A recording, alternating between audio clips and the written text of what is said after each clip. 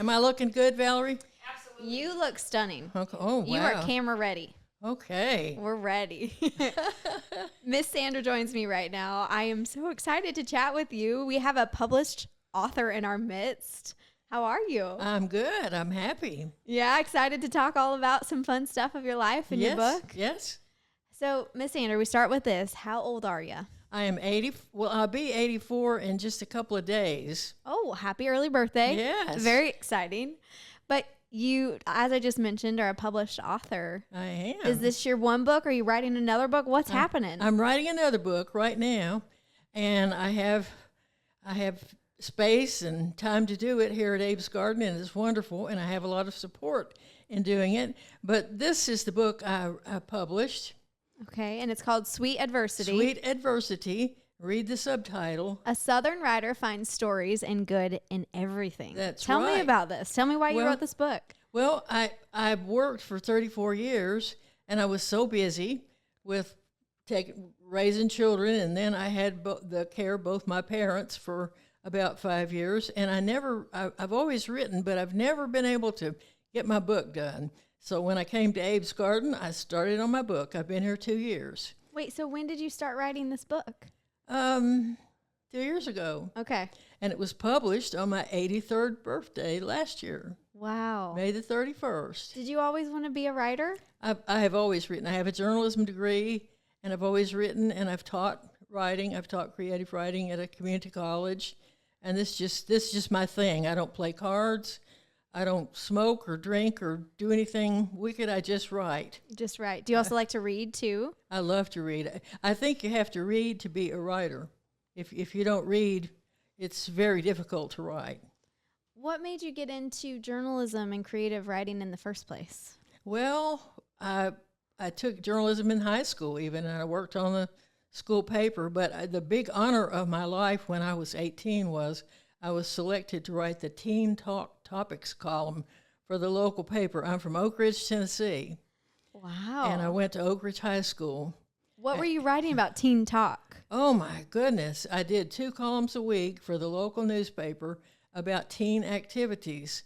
So anything that young people were doing in town, I would write about it. And one of the best things about this, I got invited to every party. I got invited to every dance. I got invited to things where I wondered, why did they invite me? And then I remembered they want their name in the paper. So you're writing all the stuff. I did. And I covered not just the popular people, I covered everybody. So people still remember that I wrote Teen Talk column, the Teen Talk Topics column, and I got $2 a column. So I made $4 a week writing that book, writing the column. Was that really exciting when you first got that job? You were like, this is what I've wanted to do? It was. I was thrilled. Yeah. And then you go on to be I went to journalism school at the University of Georgia, and I love that, and worked on the Red and Black, and I've done some work at the University of Tennessee, worked on the Beacon. Did you always plan that education was going to be in that path? Oh, yes. Oh, yes. So in the course of this, also being an author, did you ever get married? I did get married, and pardon me for saying this, but I'm very happily divorced. Okay. Happily divorced. Tell me about that. Very happy.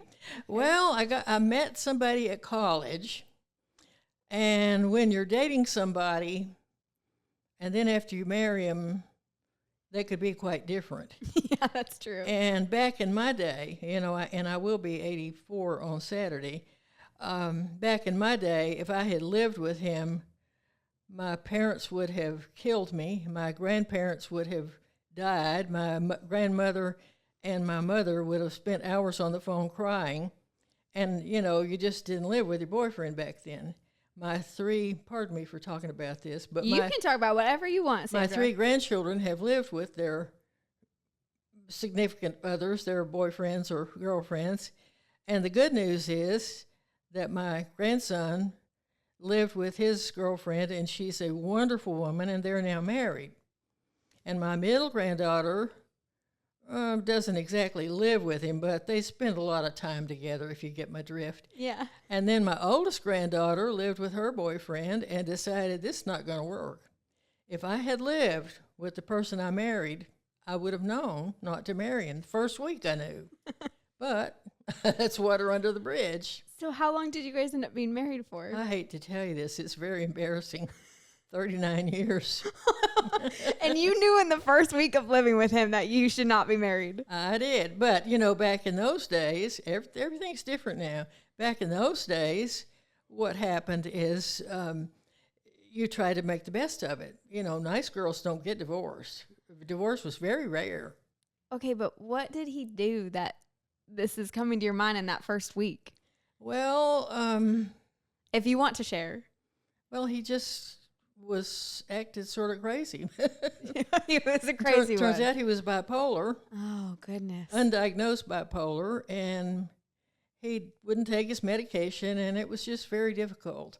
But in the meantime, I had 2 children, and, you know, I was a woman of my time, so I thought, well, I'm going to make the best of it. If he can't manage, I will. So he did make me stronger. He did make me very successful at work because he couldn't keep a job. I did. So. And you were raising 2 kids. I raised 2 kids, and they're really, really nice people. What was that like for you? You're going through this, and you're realizing this is not my person, but I'm making things work. I'm holding a job. I have 2 kids. Most women of my era did that. And why do you feel like that was? That was just the norm back then. Divorce was something that nice women didn't do. Or if they did, it was very rare. And then the moment finally happens where you do get divorced. Yeah. What happened? Why did you finally decide this is it? I'm done. He got a girlfriend. While you were married? Yeah. I was so thrilled. I thought, hot dog. He said, this is my out? This is my card? This is it. I wouldn't have divorced him for anything but adultery, but that took care of it. Wow. And so you signed the papers, and then you're like, okay, this is a new life. Did you feel like you had just an entire life still to live? I've never been happier in my adult life. It's really been really nice. Did you ever have the desire to get married again? You're making the joke. I'm going to take that as a no. I love this for you. Yeah, you're focused on your books and your writing. I'm focused on my writing. And I've just had a wonderful time. I've traveled a lot, and I have many, many friends. And I've just had such a good life. And I've been able to manage my own money, and I made some. And I've been able to pick out my own clothes and pick out my own furniture, and I didn't have to ask anybody, and I just love that. If you could go back and do it again, would you not get married? I would probably get married, but I think I'd wait a while and maybe kind of test the waters a little bit. Before getting married. That's exactly right. But it did bring you your kids. So is that where a lot of the strength comes from? I have wonderful kids. I really do. My son has a marketing and public relations business in Atlanta, and he also does stand-up comedy. And he's just started out intending just to do stand-up comedy one gig a month, and now he's getting something like almost all the time, and he goes to the different comedy clubs in and around Atlanta. Do you think he's funny? He's hilarious. Okay. Well, for one thing, he had a crazy father, and he had a mother, I won't describe myself, and he had my parents who were hilarious, and he had grandparents on the other side who were hilarious. So he tells wonderful stories. I mean, he's got plenty of material, and so do I. Which is why you wrote a book. Yes. So when you're talking in this book, are you talking about this kind of new lease on life and things that changed over the course of time for you? Well, this book has a variety of stories in it. I've got a couple of Vietnam stories in it. Okay, because tell me about I'm from those. that era. Vietnam War era. Yeah. What was that like? It was scary. You know, it really was, because there were people here in this country opposed to it, and then there were people's sons dying over there, and I was just thinking, I'm so glad my son is young, or he would have been drafted. I mean, they were drafting everybody. So I wrote a story about a young couple.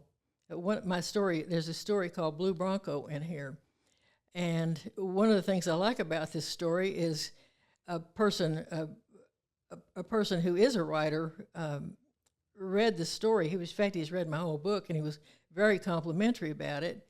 And he's a writer at Swanee, and he's read that book. He read the story, The Blue Bronco, and he said, "I'd like to know more about those characters." Well, what they are is high school, young people in high school in Sneedville, Tennessee, and they're seniors in high school. The girl really, really wants to get married just as soon as they graduate. Well, the war was raging, and the young man knew that if he didn't join the Army or some branch of the service, he was going to get drafted. And she said, "Oh, no, you won't get drafted." And he said, "Well, I'm afraid I will. I think I better join up because I think I'd have a better chance of not getting sent to Vietnam." And so this story goes back and forth with her putting the pressure on him and him saying, "Oh, I don't know. I love you, but I don't know." And then at the end, when they graduate from high school, I think he deliberately has a breakup with her. And then he says, pardon me for giving away the end of the story, the day after he graduates from high school, he cleans the mud off his blue Bronco and drives to Knoxville and joins the Army. And he says the last word of the story is, "War is hell, but getting married is worse." So I feel like there was some inspiration there. Something there, yeah.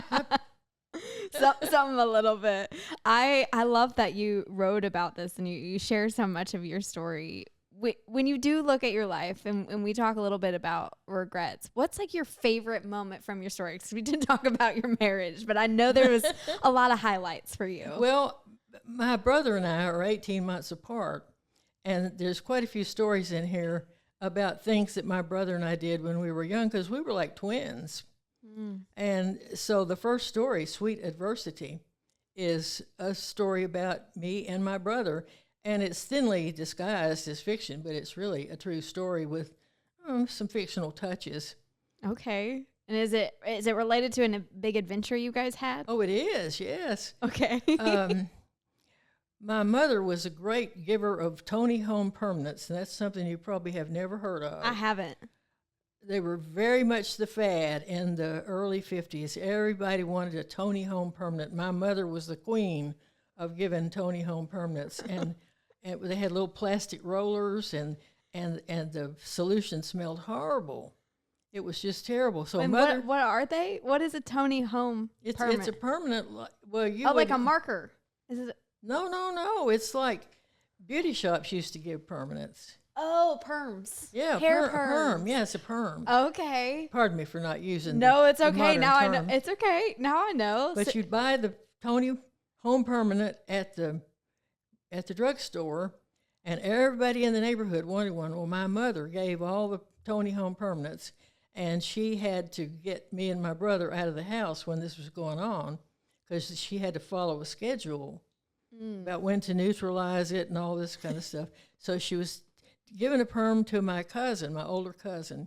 So she told us to go outside, and she told us not to go across the street and play with the children across the street because they were not our kind of people. Did you go play with the kids across the street? Of course we did. Yes. I mean, that's like saying, tell me not to do something. That's what I'm going to do, particularly when I was young. It sounds like a lot of your personality throughout your life. Yeah. Okay. So we went across the street and we played with those kids, and a couple of things happened, and their mother got mad, and she came over, and she and my mother got into a little spat about their mother accused us of misbehavior. My mother accused them of misbehavior, and so you were a wild child. Wild in terms of the era.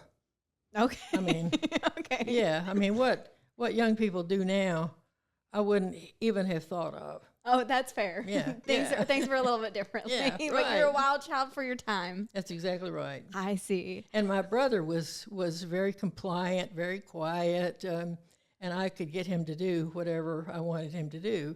Are you a troublemaker now? No. Are you Never.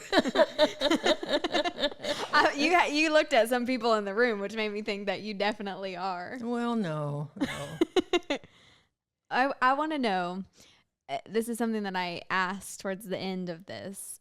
When you look at your life and all of the things that have happened in it, what's a piece of advice or motivation or inspiration that you'd want other people to hear from you? Well, one thing, the first bit of advice I would give is, like, this book means a lot to me, and I'm writing another one.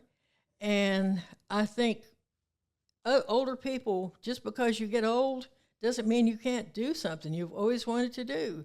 If you want to travel somewhere, get a ticket.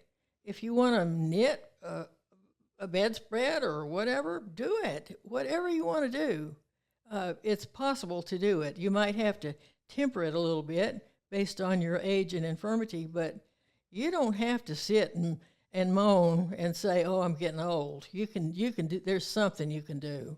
That's a really good reminder. And those who live at Abe's Garden can do any number of things. I mean, there's a chorus, there's trips, there's outings, there's card games, there's bingo, there's everything. There's no excuse for not doing anything. What's something that you wish that you knew about getting older? Well, I've been very surprised at some of the physical things that happen. And I blessedly still have my mind, and that may go tomorrow, and I realize that. But your hair gets thinner, your skin gets thinner, you put on weight in places that you don't want weight. They're just things that happen. I mean, I have age spots on my hand, just like my grandmother did. And you wear hearing aids, you wear glasses. I mean, it's just, you just can't win. But it's all worth it to grow older and to be happy. That's a really good part of that. And let me give my commercial about Abe's Garden, too. Pardon me. Bring it to me, Sandra. I'm very, very happy here. And one reason I'm happy here is because it was my decision to come. I have neuropathy in both of my legs, my lower legs and feet. And I don't walk very well. And so I was a fall risk. And a couple of times I lived in a condo down the street here. And a couple of times I fell. And I thought, I don't need to be here by myself in this 2-bedroom, 2-bathroom condo. I need to go somewhere where I'm safe. And I visited different places around town. And I walked in the door here, and it felt happy. This is a happy place. Nobody said anything right away, but it just felt good. And it is good. It's very happy. Did you have a misconception of senior living facilities before that? Well, other people do. I have so many friends who say, "Oh, I want to stay in my own home." And my thought, and what I usually say, well, isn't it rather lonely? You're in your own home by yourself. Isn't it lonely? Or if you're in your house with a husband and you're kind of tired of each other, pardon me, it's just really nice to live in community. Okay, I have to ask you this because you've been so honest and so kind. Uh-oh. If people are thinking of getting married, would you tell them to still get married despite the things that you went through? Or are you like, maybe second guess that? I would advise people to check out the product as best they can, get to know the person as best they can, get to know their family, get to know some history. Take your time.